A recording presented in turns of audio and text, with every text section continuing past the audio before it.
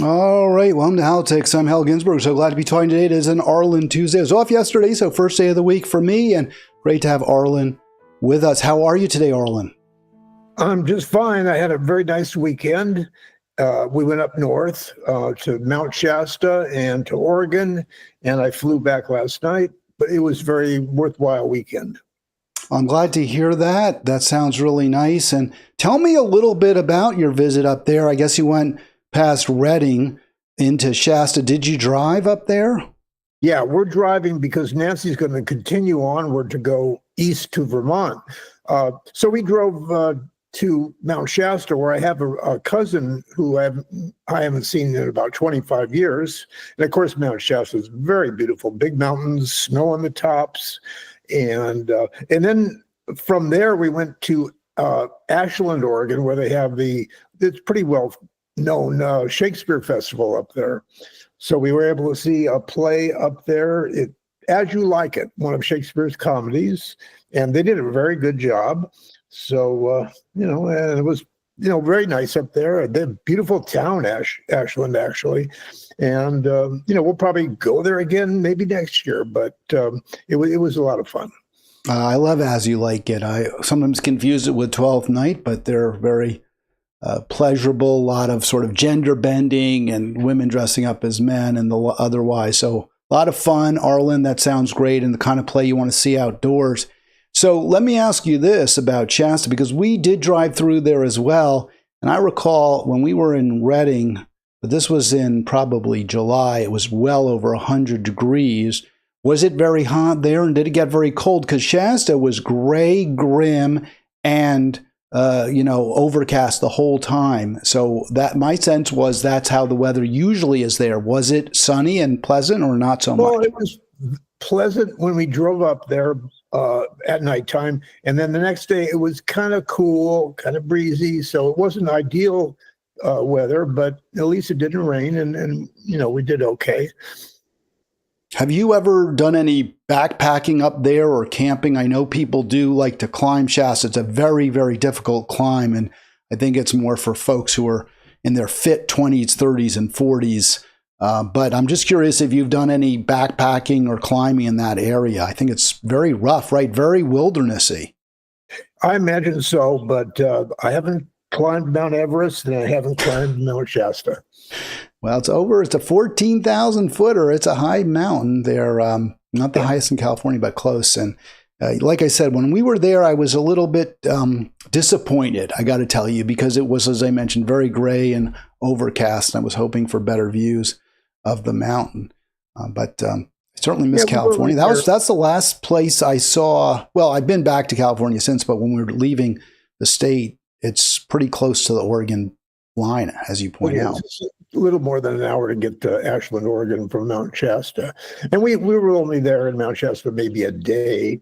So, weather is always going to be a little bit iffy, but, it was okay. All right. Well, you're watching Halitics, and Arlen Grossman, the Thoughtleader, is with us. Remember, he blogs at thebigpicturereport.com if you haven't checked that blog out. And we're going to start after we go through the latest horrors in Gaza. We'll start with, I think, one of your favorites, right? I get the sense Robert Reich is one of your go-tos along with Tom Hartman. And I'm pleased that I was able to bring to Arlen's attention this Robert Reich article. Usually it's the other way around. He says, hey, check out what Reich wrote. Let's talk about it.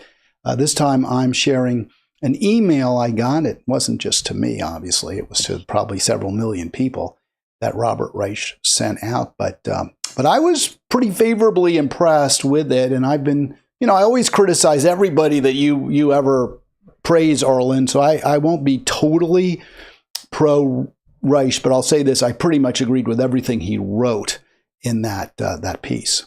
Yeah, the thing about Robert Reich is he's so prolific. He's writing something every day. I think he's pretty much accurate, according to my beliefs.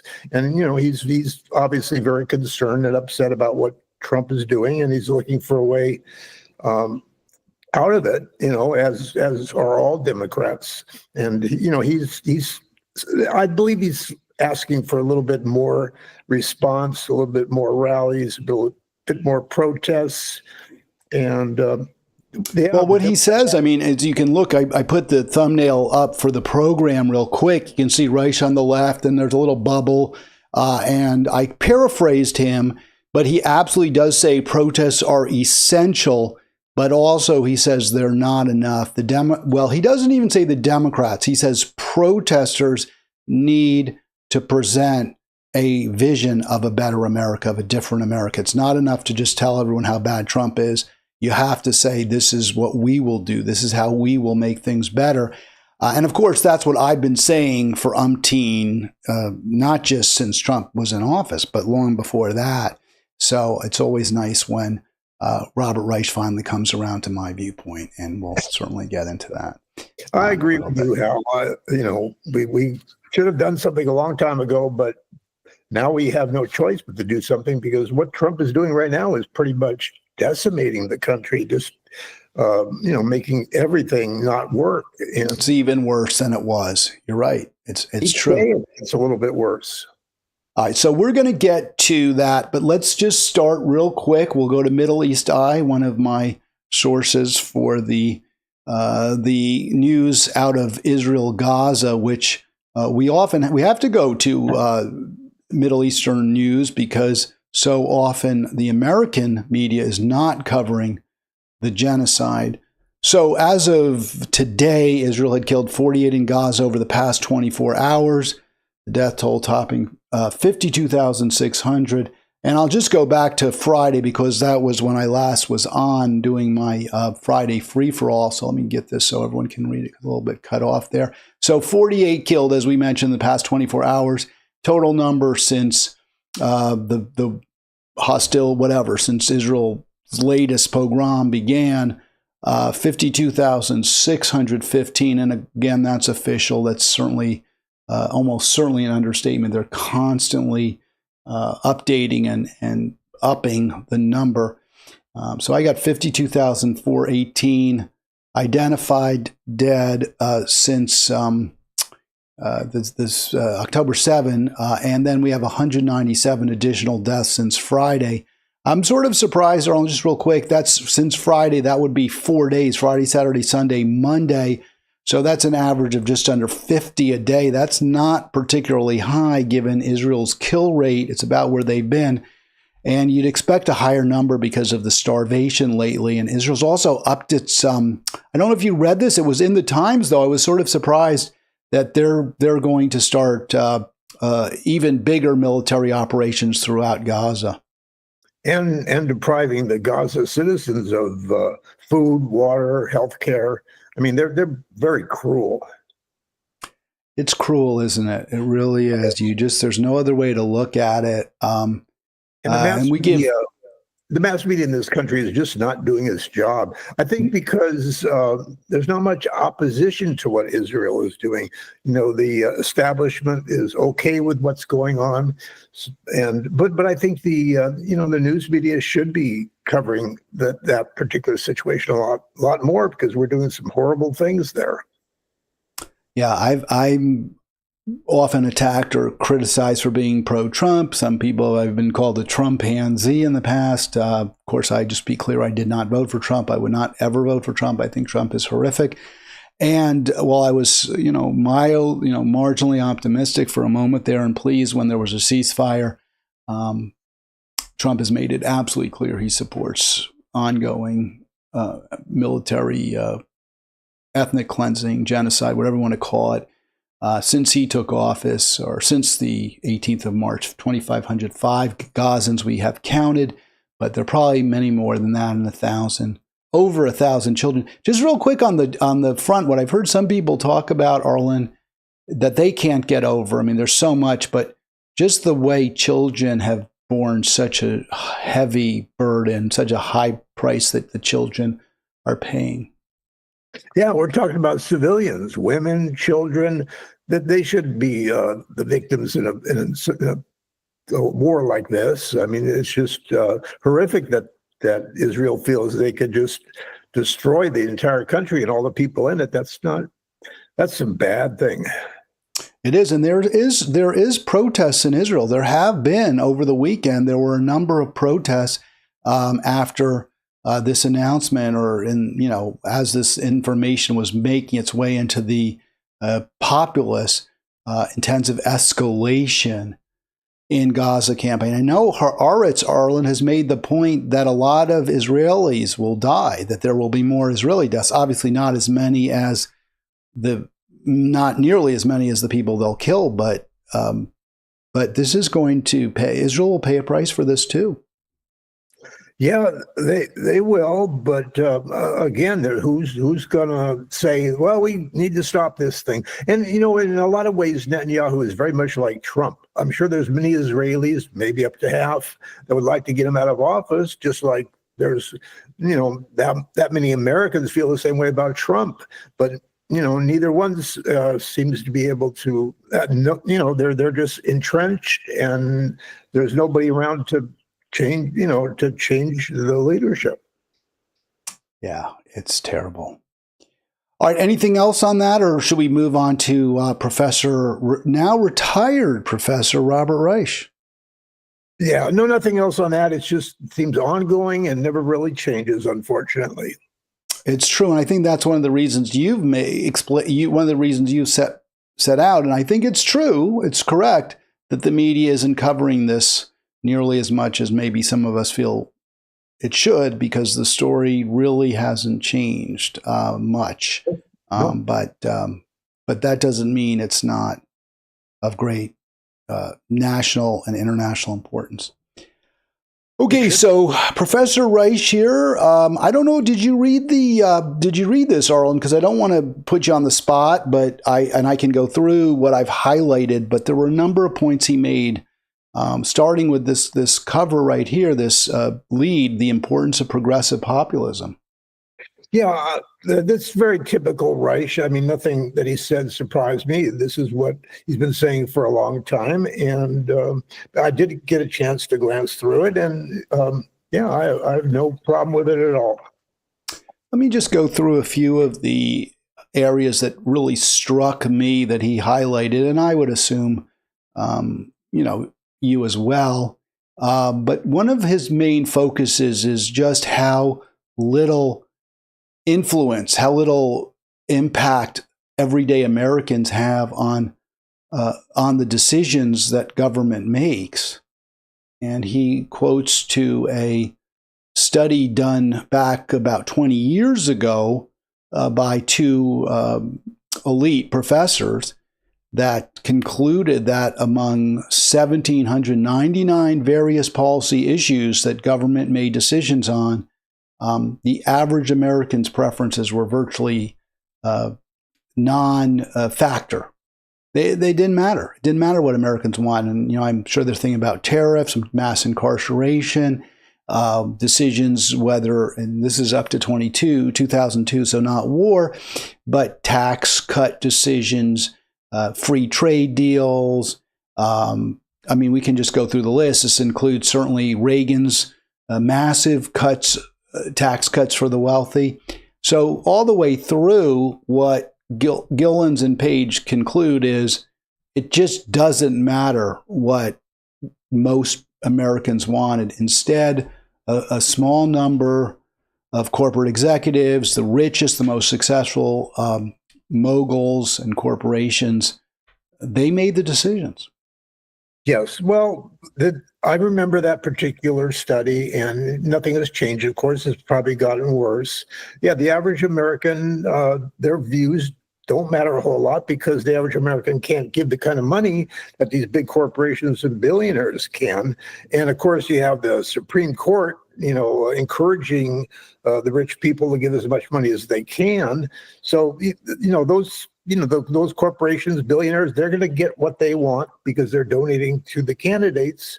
And while the rest of the people, can't do much on $10 or $25 or $50, when somebody like Elon Musk could put something like $250 to $300 million toward Donald Trump's election.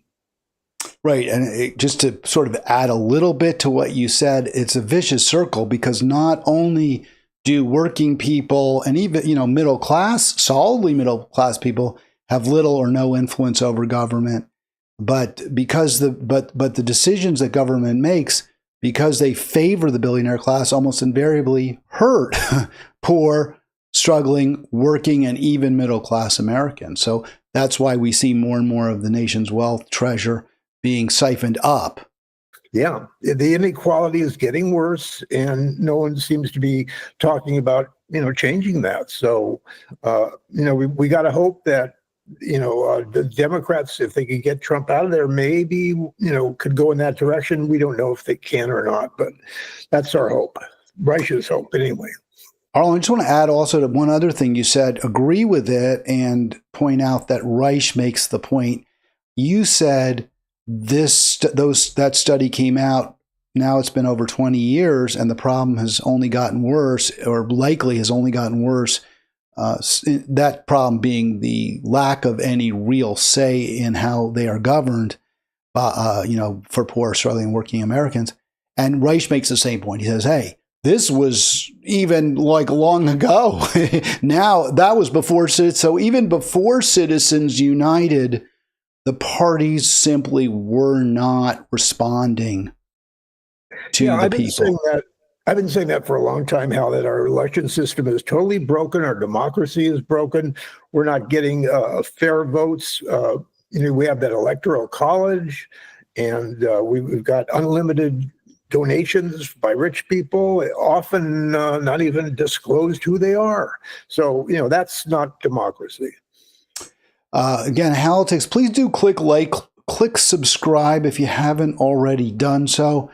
As we work our way through the Reich email, I highlighted a bit of this, and and one of my criticisms of Reich has been that he is too pro-Democrat, too much of an apologist for the Democratic Party, too prepared to call for voters to support Democrats, regardless of how bad the Democrats may be. That criticism is not that germane to this piece, because he does acknowledge that Democrats, with the notable exceptions of Bernie Sanders, and he says, hey, and Sanders ain't even a Democrat. And then he adds AOC and a handful of others could not and still cannot bring themselves to enunciate a progressive version of populism that puts the blame squarely where it belongs, which he says is the influence of the billionaire class. Then he adds, and I was going to go after him after that paragraph, although I think he's far too kind to AOC, but leaving that out for now. I was going to go after him by saying, well, yeah, you acknowledge that the Democrats don't provide a better vision, but you don't acknowledge it's because of corruption. But then he does, because the next line is, too many have been eating from the same campaign buffet as the Republicans and dare not criticize the hands that feed them. Yeah, that particular sentence is a good summary of the entire article, sadly enough. So I give him a lot of credit for that. But because it's me, I am going to now criticize him. And you are free to either pile on or defend as you see fit. So Reich gets all of that correct. And he says, hey, the Democrats themselves are part of the problem. They're sitting at the rich man's table as well. They're enjoying their steak and lobster and whatever else they eat, and leaving some crumbs, some hardtack for the stale biscuits for everybody else. And good for him to say that. But where was he on August 22nd, 2024, when he called Kamala Harris the president we need? Has his view changed, in 8 months since he made this argument? It's not just that he said she's the president we need. I mean, he was just he slobbered on her. You're critical of all the Republicans, right? And rightfully so, Arlen, who are constantly praising Trump as the greatest thing ever. You're wonderful, Mr. President. But look what Reich said about Kamala. Let me see if I want to get just the deck here so we can get it up. I mean, this was after the DNC, her speech. I mean, I don't think you could be any more effusive in praise. She'll advance a new and more robust progressivism in Washington. She elicits an energy, enthusiasm, and ebullience that America desperately needs. He has never felt as elated about a presidential campaign as he did that night. So my question for you, Arlen, is does that kind of hurt his credibility? When he has a piece where he talks about how bad the Democrats are too, but in this, very recently, he couldn't have been more positive towards clearly a corporate Dem, somebody who has not stood up to the oligarchy, who is part of the problem. Again, that's our election system for us. I mean, he doesn't have any real choice. We know that he knows that Trump is going to be a lot worse, and Harris at least would be better. And I know you would rather have Jill Stein or a third party in there, but right now that's just not realistic. Our system is set up in such a way that they're not going to get any real support. So it's. But should he lie to the American people? Doesn't he hurt his own credibility? We can debate whether he should or shouldn't have supported Kamala. That's fine. I mean, you make an argument. I think it's a fair argument. I don't agree with it. Ultimately, I disagree with the conclusion that you had to support Kamala Harris. I don't agree with that argument, but I understand it. I think it's defensible, but I don't think it's defensible for him to say she will make a great president. I think when you say that, you lose credibility. I think that people aren't going to believe you in the future, and they shouldn't. Yeah, I think he could certainly talk about a little, some of her deficits, but ultimately he's going to have to say she's the one that's going to have to beat Donald Trump, but we have to support her 100%. And that's about all he can do. It's either going to be Trump or it's going to be Harris. Well, he could say that today. He could have, instead of telling us about how the Democratic Party is part of the problem or too many Democrats are part of the problem, he could have said that. Hey, the Democrats are great. They're the most wonderful people. AOC, remember, AOC just told us how the Arizona senators Mark Kelly and I always forget his first name, Ruben Gallego. What's the trouble with that, Ruben? Ruben Gallego and Mark Kelly. She said they're fantastic. That's her quote. And they're most clearly not. They're very pedestrian at best. So, but if Reich felt that he has to defend the Democrat no matter what, he has to tell us how great she is because the alternative is that much worse, he could still make that argument. He could say, yeah, they're all just the most wonderful party that ever lived. Well, I think it would be okay with me if he also talked about some of the shortfalls and shortcomings that the Democrats have, but said, at the same time saying, but we have no real choice but to support Harris. Otherwise, we're going to get somebody far, far worse.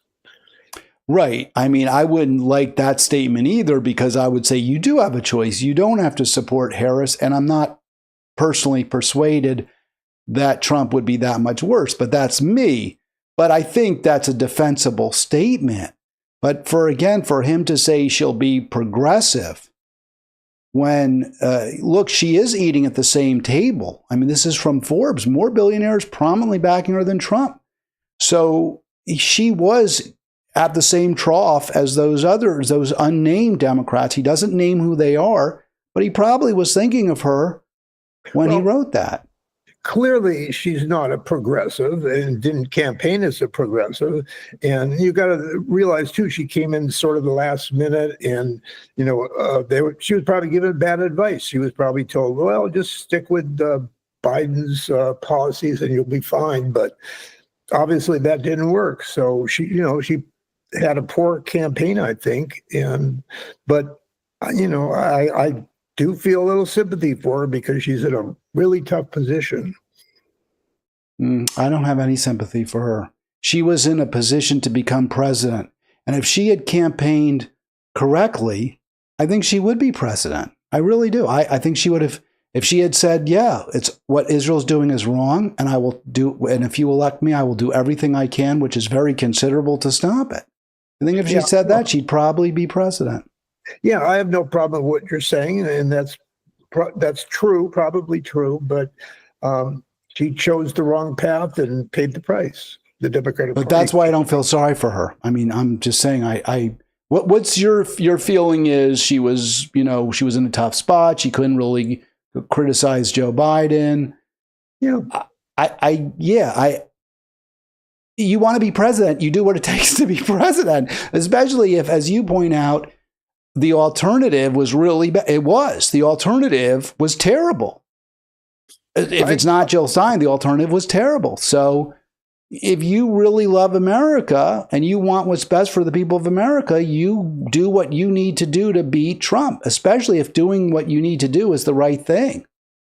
Well, we can agree on that, Hal, because, yeah, I think she should have also, and probably would have had a better chance of beating Trump. But, she apparently took the wrong advice or made the wrong decision and, got to be too moderate, too conservative, and she paid a price, as did all Democrats. And before we get to another, well, he's a billionaire, actually, that we're going to talk about in a moment. Not a candidate who got a lot of support from billionaires, but who's only a paltry millionaire, meaning Kamala Harris. We'll talk about a real billionaire, Pritzker, who I have to say, Arlen, before we get into that, I will just say I watched some of this speech, and I'm going to play it, and it impressed me. Again, sometimes Democrats say things, I'm like, wow, that's pretty good. I like it. But I feel that they fooled me so many times. Barack Obama said a lot of things I really liked. And, in the end, he didn't govern the way I wanted him to. Kamala Harris has never said what I liked, so she doesn't fall into that. Robert Reich says a lot of things I like, but then he doesn't follow through sometimes. So this is my final question before we move on to Pritzker. Do you feel, though, do you agree with me that when Reich does praise effusively the Democrats that he acknowledges in other places are problematic, but then he says they're great, like he said with Hillary Clinton, she'll be a great president. Do you think that hurts his credibility? Again, I don't think he has a whole lot of choice with our political system set up the way it is. And by the way, talking about praise for a candidate, it's so embarrassing seeing these Republican cabinet meetings where they're just so effusively, saying he's God, he's wonderful, and they're so happy that they have him in charge, and that's just disgusting. It is. I think we talked about that in a previous show, and it's funny that you said that because I was thinking of you last week when I was interviewing or having conversation with another great friend of Halitics, Chuck Pinocchio. And for the first, 20 minutes, half hour, we were regaling each other with horror stories about the Democrats, how awful the Democrats are. And then like a little switch or click went off in Chuck's head, and he was like, yeah, but we could talk all day about the Democrats, but look at how bad Trump is. He's even worse. And then he went into this whole long, very accurate, very correct description of how bad Trump is. And he's right. Trump is, on balance, I think, probably worse.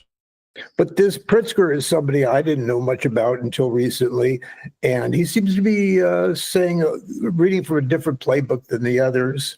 And and it's very impressive, and I think he'll stir people up. I don't think he would be the candidate in 2028. He doesn't quite fit that mold, but he certainly is talking the way all Democrats should be talking, in my opinion. Well, this is, by the way, Perry Bacon, who is a pretty interesting columnist for the Washington Post. I do like him better than most other columnists. I think he does a pretty nice job. He's a little more populist, kind of like Reich is. So you get some, criticisms of the Democratic Party as not being far enough to the left with Bacon, which I haven't seen in the New York Times much, but I do see in Bacon. So I appreciate that. And I had sort of a similar reaction to this piece as I did to the Reich. At first, I started reading, I thought, it's just going to be a typical, encomium to a Democrat who doesn't say anything, but preaches a lot of resistance. But that's not the case. Pritzker actually has some policy prescriptions. He does follow Reich's directive, which is to provide a vision of a better America. So I was marginally, moderately impressed with this, with the article and with Pritzker himself. What stood out for you? What was it that you read, or either in this or elsewhere, that made you think, okay, Pritzker might be somebody I can support? Well, he does make the point that Hakeem Jeffries and Chuck Schumer have to be begged by activists to say or do anything really aggressive. So, he's saying that they're just too stuck in their ways and they need to, come out a lot stronger. And then he says, never before in my life have I called for mass protests, for mobilization, for disruption, but I am now. And I think he is totally correct about that. And I think Reich says the same thing. He does, but Reich makes the point that it's not enough to protest. You actually also have to provide a vision for a better America and how you're going to get to that better place. And at first, when I was reading this article, I thought Pritzker doesn't do that. He just does exactly what you just read, which is talk about how much we need to protest. But he does actually talk a little bit about policy. And we'll get to that in just a moment. But it's interesting. You took the point, and Bacon makes it, Arlen, that you don't think Pritzker's likely to be the nominee. Bacon makes the same point. Do you think Pritzker is going to run for president? I haven't heard that. I'm just curious. Well, I think it's possible. I think he could have a chance. I mean, heck, we reelected Trump, so Pritzker is, to me, is a lot more. He's smarter and makes a lot of great points, but, he unfortunately doesn't look like a presidential candidate, and he is from a big state, Chicago, he's from Chicago. So those are good things as far as running for president. But hey, if he could get people mobilized, excited enough, then I wouldn't have any trouble voting for him. Well, just to kind of riff a little bit on what Bacon wrote, you said he doesn't look like a president and he's from Chicago, but doesn't that describe Barack Obama? Well, Barack Obama is in a class by himself, and he was very effective speaker and, very presentable. And he had a lot more going a handsome man, yeah. A elegant person, unlike a sort of schlumpier looking governor here. But I think the focus on those kind of characteristics sells voters short. I really believe voters are most concerned with what policies candidates propose and how they've governed in the past. Pritzker has something to sell, and he might find people are willing to buy it. He seems a little bit more progressive than he used to be, and I think Democrats should be, the way that Trump is taking us so far to the right and doing so many horrible things. So I like to think that he could do that. Plus, he's a wealthy person himself and doesn't have to rely on other people necessarily to get him into office. So that's helpful too. I agree with you there. It's funny because I don't like the billionaires in charge. I don't want there to be billionaires. I think everyone should have enough and no one should have too much. And $1 billion, in my view, is 10 times too much. I mean, right. I think once you, I'd limit, I wouldn't have a confiscatory tax over $100 million, but I would tax, estates over $100 million at 95, 98% of the margin. So you'd pretty much wipe them out. But that said, there is the advantage, as you point out, of having so much money that you really don't have to make promises to other people. You don't have to put yourself in debt to other billionaires, right, to get elected. And I think there is a real value in that. I would say this, I've been an organizer. I worked for progressive organizations, and because I am secure economically, I just won't do when progressive groups want me to do things that I don't consider truly progressive, when I think of them as, hurtful rather than helpful to poor, struggling, working people. I just wouldn't do it. And if I lose my job, and I did at some point, well, all right. I mean, it's not the end of the world for me. But for people who are living paycheck to paycheck or just above that, they don't really have a choice to stand up to unfair demands or to challenge their paycheck issuer. So there's a real value to being rich like he is. There really is. I can't think of any other prominent Democrat that's in a position that he is. He inherited apparently from the Hyatt hotel chain. He inherited so much money, and so that gives him a lot of freedom, a lot of ability to talk about things that maybe others can't talk about. So. I'm glad he's got money. I'm glad he's got ideas, and we'll just have to, it's a long way till 2028. So we'll have to see how it goes. I'd like to hear what he has to say about estate tax. I'd like to hear what he has to say about a wealth tax, which I'm not even sure I favor. I'd like to hear what he has to say about, returning to a 90+% marginal income tax, because if he's for taxing himself out of existence, then I would. Again, I'm very skeptical of Democrats. I'm inclined not to vote for them, but there are some I could consider. Let me play this clip, Arlen. This is from a April 28 fundraiser in New Hampshire this year, so just a week ago. Here we go. What I find ironic about the current conversation surrounding our party is that the voices flocking to podcasts and cable news shows to admonish fellow Democrats for not caring enough about the struggles of working families are the same ones who, when it comes to relief of the struggles of real people, have been timid, not bold. All right, let me stop there. It's a little bit awkwardly phrased, but I understand exactly what he was saying, and he explicates it further on. But he's saying, hey, those who talk about identity politics and say we're losing people because we talk about trans rights or reparations, he's saying, no, those people don't care about working class people. They're not for progressive economic policies. Yeah, he's basically saying, don't give up on those things that, may have hurt us somewhat, but still have value. You got to have, minorities and of various kinds to win, and you can't ignore them completely, but you have to go on to other things, which, as you and I have talked about, would be pro-worker, pro-union. That's what we really need the most of. And what impressed me now is what follows this. Let me play a little more. They didn't want to fight the health insurance companies and the drug manufacturers. They didn't want to demand an increase in the minimum wage or require paid family leave.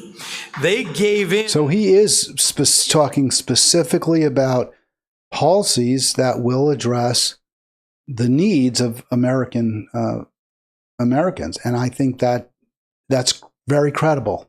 Yeah, progressive policies. And he's also calling out his fellow Democrats, which I believe is essential. I think there has to be a willingness to take on Democrats. I agree. To the powerful hedge fund managers and tech bros whose blind pursuit of profits is now destroying everything that matters to middle-class families, from home ownership to health care to veterans benefits.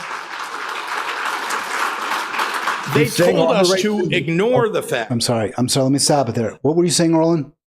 I mean, he's saying all the right things. I think those are things that Democrats have to think about, have to work for, and they can't be timid, and that's what he's trying to tell Democrats. I agree. I'd like him to be more specific. I'd like him to call out for demand Medicare for all, say he'll fight for it, and any Democrat who stands in his way, he's going to run over squash like a bug. I'd like to hear him talk about that. I'd like to hear him talk about peace.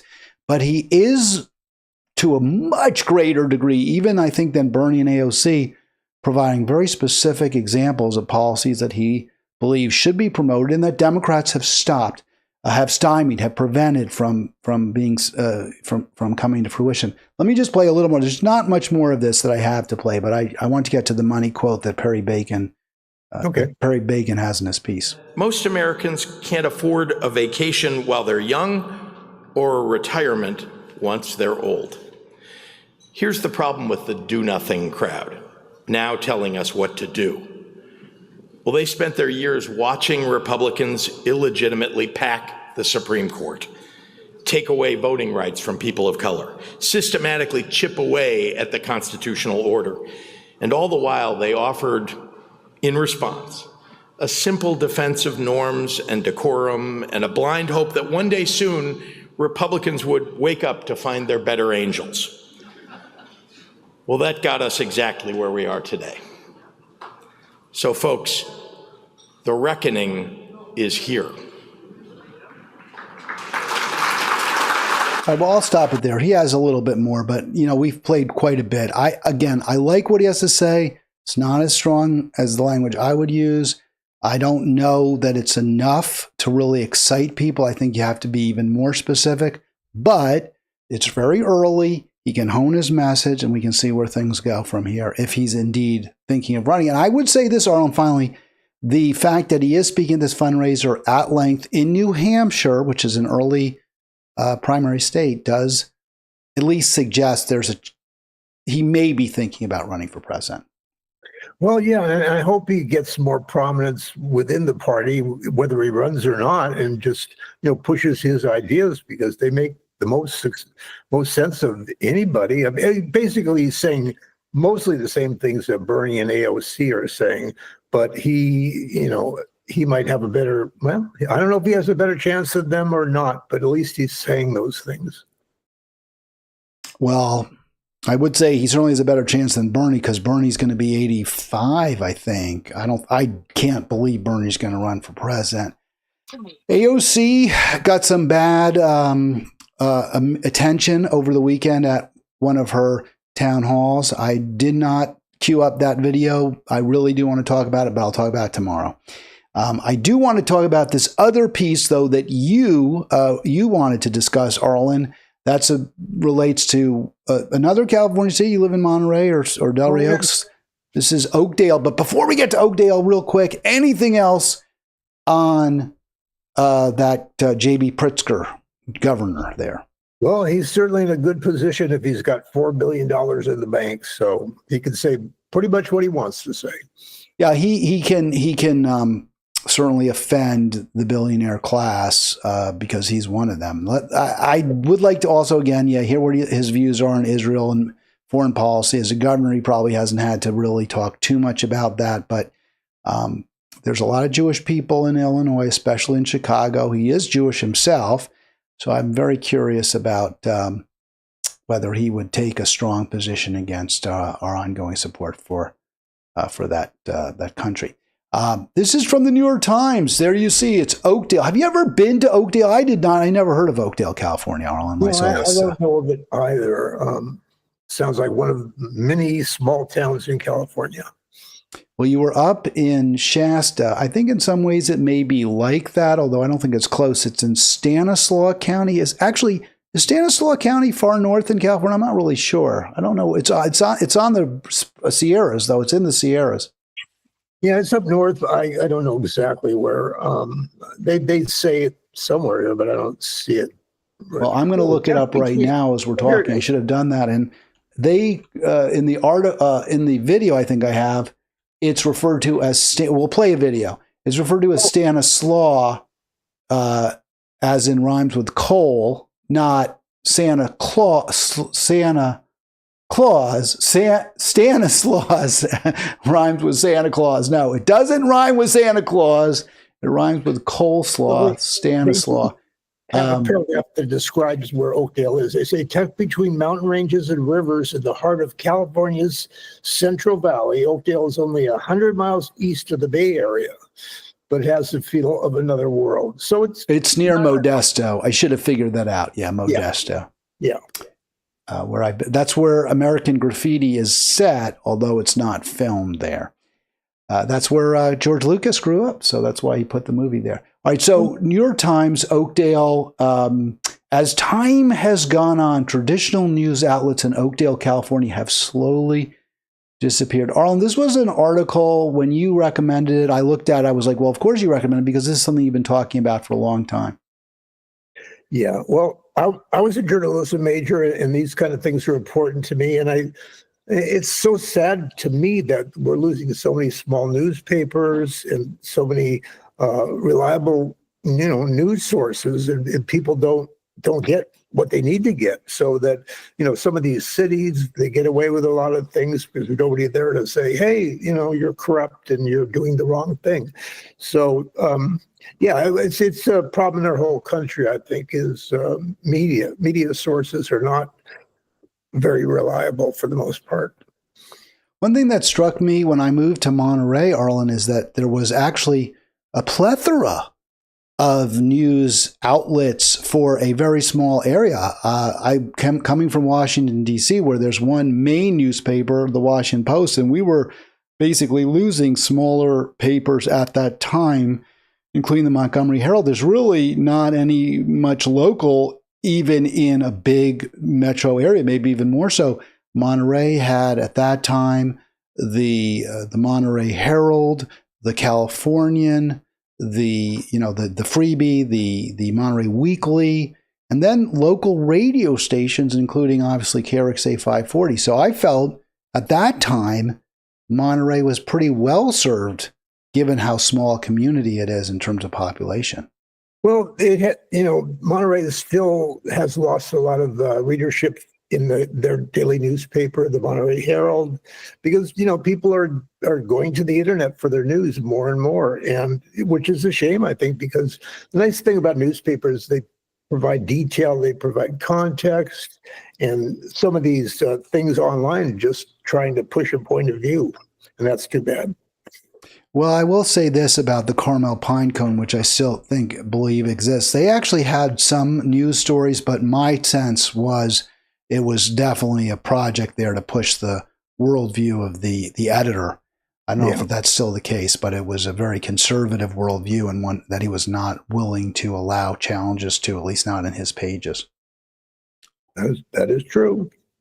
But that could be said for the KRXA 540, although I would certainly allow challenges. But, I bought that radio station with the idea, hey, I want to present a progressive worldview that is just simply not found. It's just simply not found in traditional media, and it still isn't. Yeah, I think at the time that you did that, it was appropriate because there was a lot of talk radio like Rush Limbaugh and many, others like him, Alex Jones and so on, that were, looking to the right wing and were very, conservative, and you were trying to come up with an alternative. And for a while, I think it worked. But, like so many other of these kind of things, it's the internet that has taken over. Yeah, internet and just also a lot of economic factors. We had that recession in 2008. And it hit small businesses especially hard, and those were our advertisers. Yeah. So big problems. So let's get to this story, though, about Oakdale. And I've let you know during, that after I looked at this story closely, I felt that there was actually a pretty significant mistake by the New York Times in it.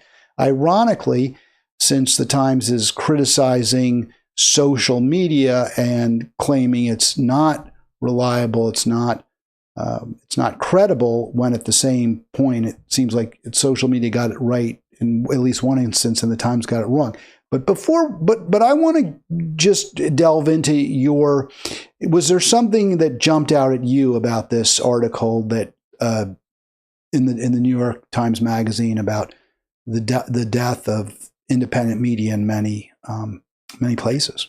Well, I think the part about the militia, coming together and over a false, conspiracy theory, kind of reminds me of Pizzagate.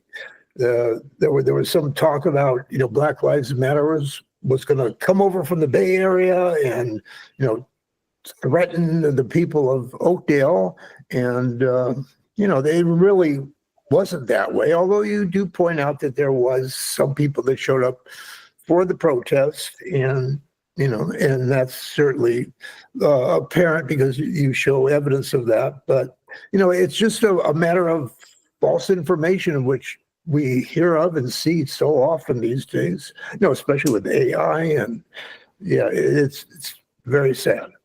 Well, the story, it starts out with this. It was just a rumor on Facebook. Then a militia showed up. So the rumor, according to the Times, there was a rumor that there was going to be a Black Lives Matter protest in Oakdale, California.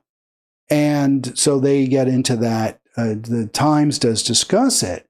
And this is where I'm saying I think the Times really gets it wrong. And I believe gets it wrong to a degree where they hurt their own credibility, where they put, where they actually make themselves, they cut their own throat in this article. But let's just go through this real quick. So they talk about newspapers shrinking, and we all have seen the incredible shrinking newspaper.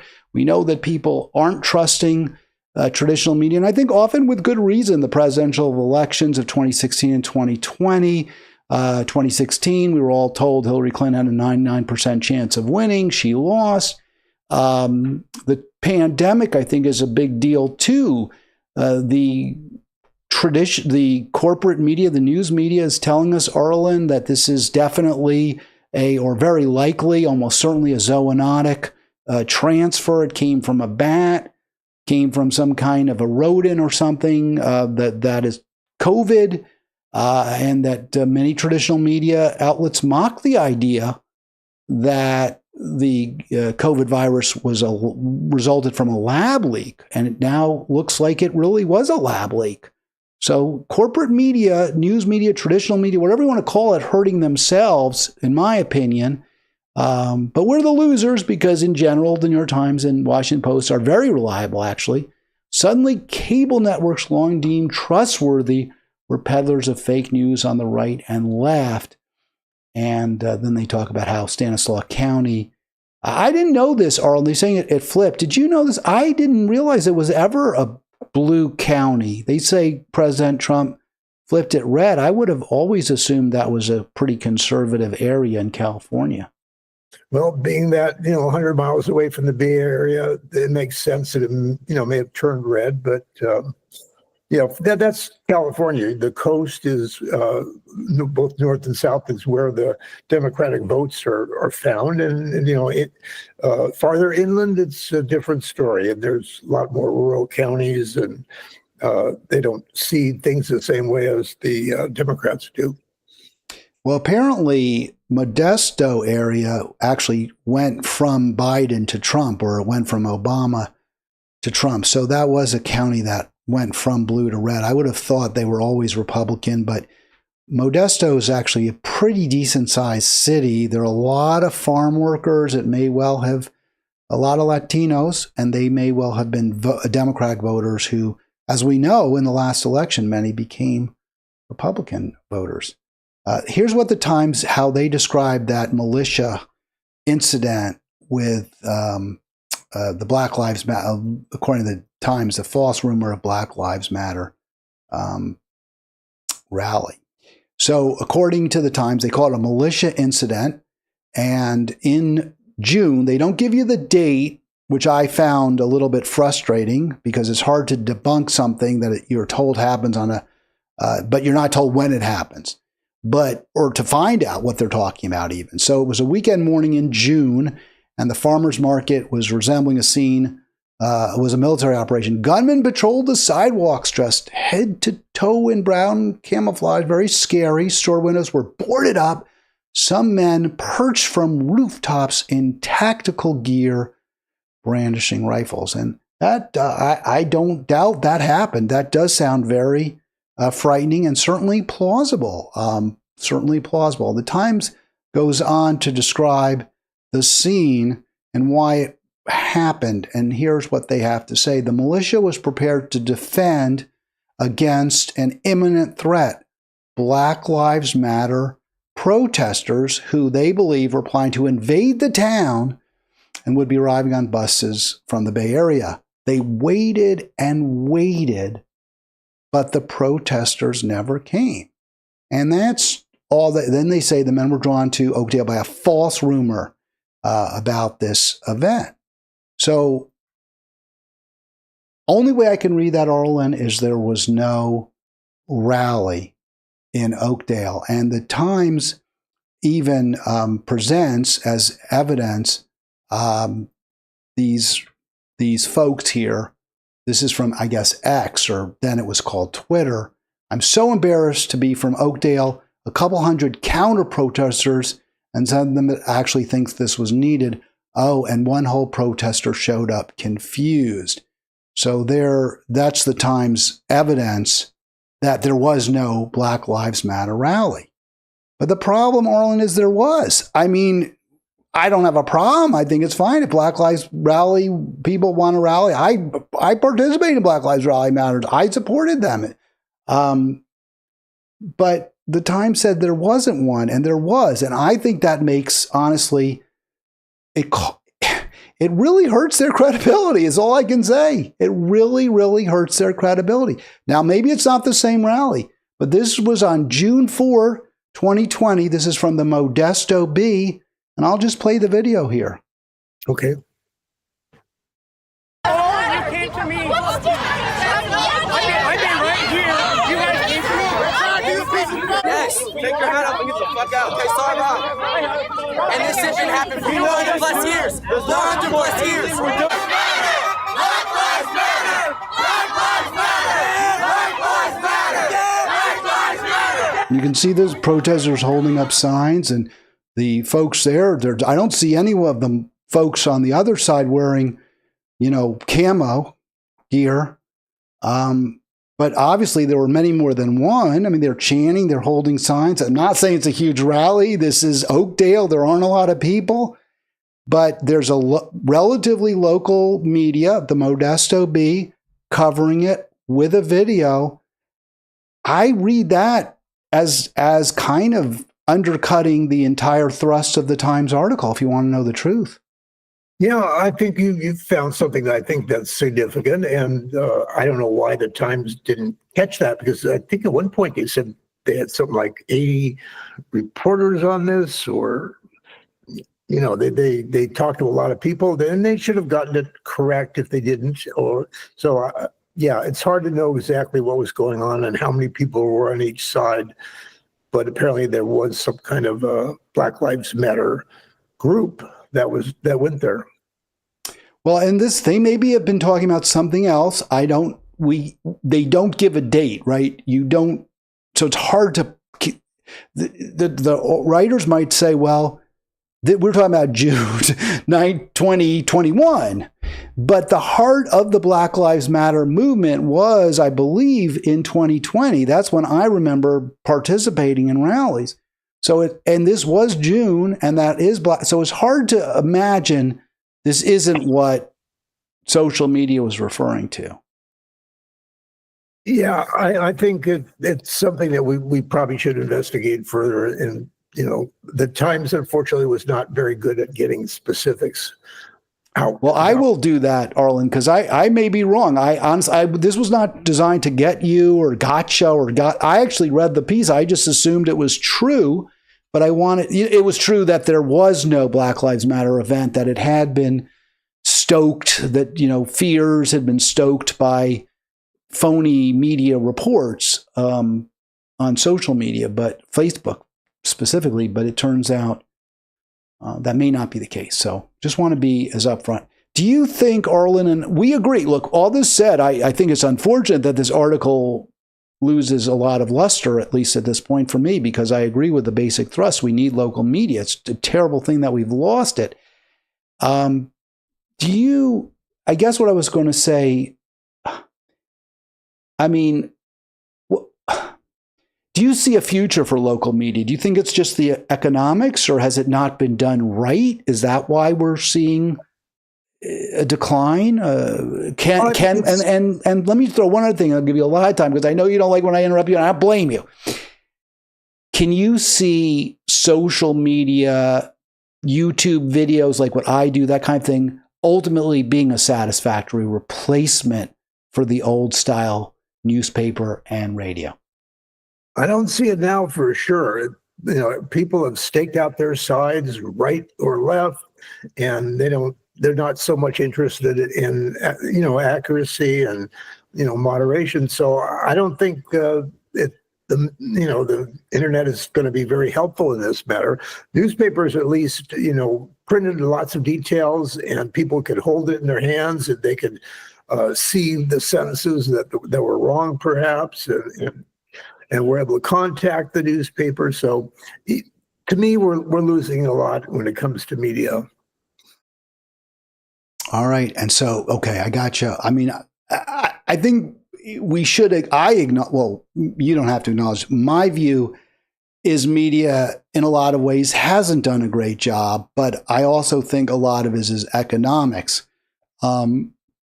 which is, less small businesses. Small businesses were the lifeblood of local news. And then there's other factors like the classified ads were such a great source of revenue for newspapers. People selling houses, people putting having a yard sale. You would often advertise that you're selling a bicycle. You'd often put that in your newspaper. Now people don't do that anymore. That means a significant revenue drop. Just to comment on this as well, Arlen, these are not local, but obviously I'm sure you're concerned just as much about the defunding of NPR and PBS. Oh, yeah. Yeah, Trump, that's very typical of Trump and everything he's been doing. He's been, undercutting anything that's not MAGA. And, we're losing a lot. And, you probably heard about the Newark airport and how the authorities aren't even willing to go there now, the airlines, just because they've taken away so many air traffic controllers. And, and I think what will be most interesting will be what happens later when we have some natural disasters and there's no, FEMA to come and pick up the slack. And there's so many ways that we're not going to be prepared, for things like, pandemics and so on, because Trump and Musk have cut all of that out of the budget.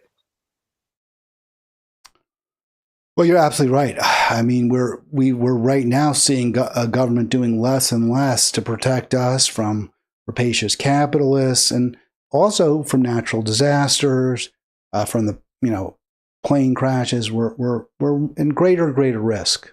Yeah.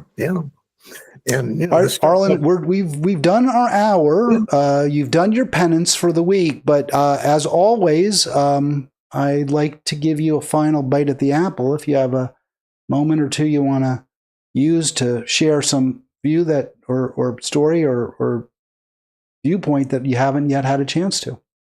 Well, I think that this is an unusual show in that I think we agree on almost everything. So I think that's a good thing. I mean, we're looking at things the same way, and that's okay with me.